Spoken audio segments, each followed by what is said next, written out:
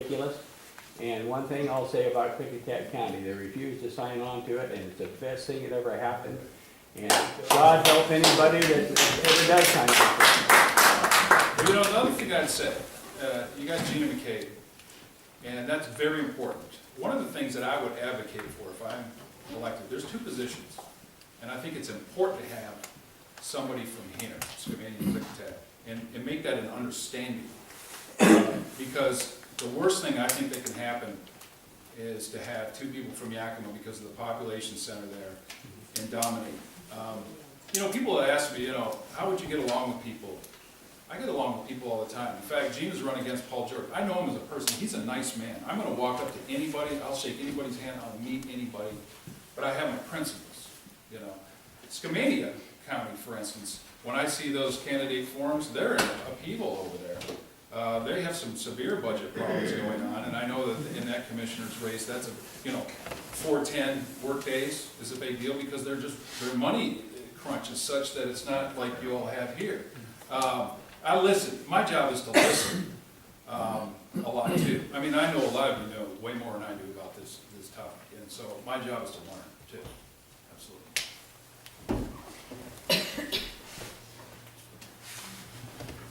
In Glenwood on Tuesday, Norm Johnson spoke about the advisory notes. He talked about all the initiatives and everything, and I believe it's advisory note 9, which is the marijuana, repeal the tax. And whether you're for pot or not, the legalization, it's a law, and the Attorney General said that it was optional for the county to, whether or not they enact it. Anyway, it's legal here. It's taxed at 75%. For all accounts, right across the border, they're gonna legalize it. And it's gonna be taxed much, much, much lower. Now, everyone here along the border, it's a quick trip over there to go buy it.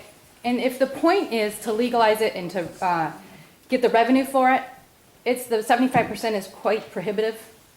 You know, you can get it on the black market, obviously a lot cheaper, and the quantity is supposedly higher. So Norm advocated to maintain the 75% tax rather than repeal it. How do you feel about, is it a revenue generator, or are we going to send people down to Oregon to buy it at a lower price? Well, people already go over to Oregon in the market scenario anyhow. Case in You know, point. the wonderful thing about freedom is that people are going to find out what this stuff is cheapest, you know. I wouldn't have passed pot as being legal, primarily not because of the freedom aspect, because I think an adult should, this isn't a libertarian kind of a bent to it, and it's generationally differing if you're older. And I'm kind of on the edge of that. You're against it just generally because it's real bad. I believe in freedom, so if an adult wants to do it, just don't make me pay for your mistakes. And we have to be able to measure it if you're driving on the roads.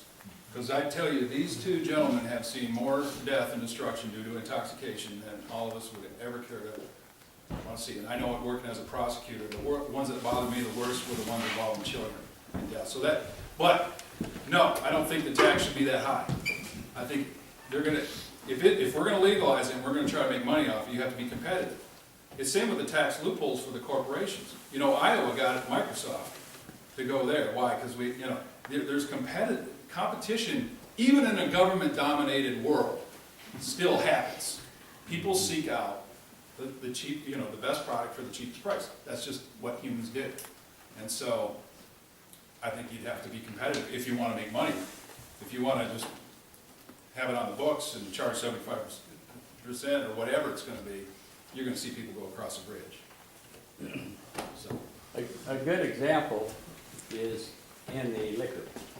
The state, in all their wisdom, they decided that they would do away with the state liquor businesses and turn it over to private, but then they're going to tax the dickens out of it, which they did. And now most of them can't make it. They'll probably be gone eventually. You go to Oregon, you buy the same thing in Oregon for maybe 2/3 of the price.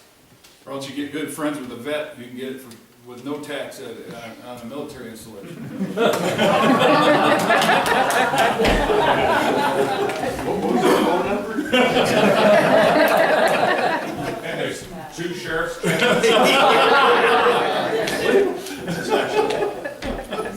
My name is Kevin Herman. I'm a libertarian. Yes, sir. So I'm I'm socially liberal and fiscally responsible. Well, not personally, but you know. That's a goal. So, you know, is there ever, people just in personal conversations have called me an extremist because of my views about the government.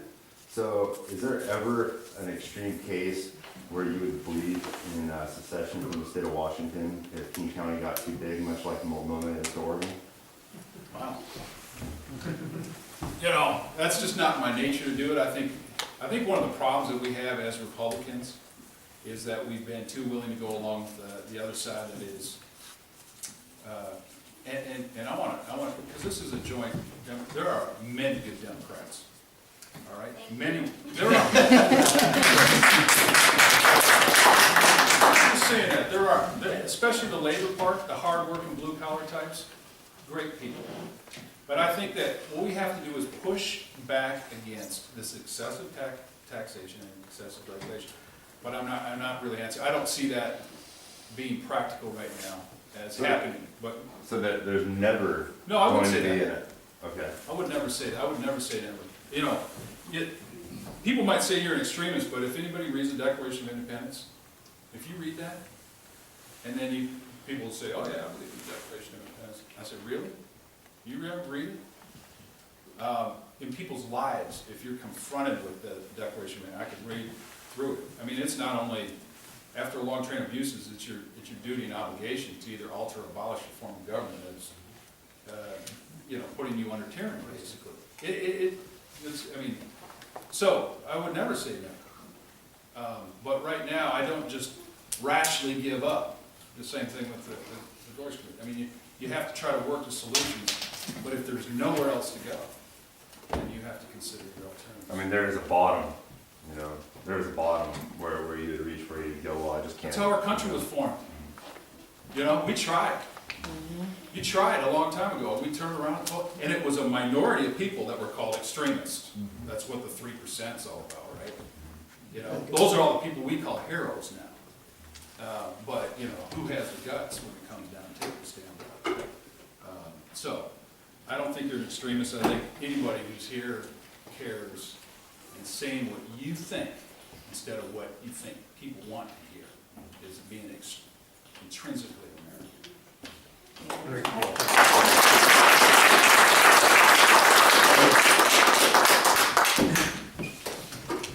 That is, we've reached our time. We're going to close now, so I would like to thank everybody that showed up. Thank each of the candidates, the local candidates. It's all over with now.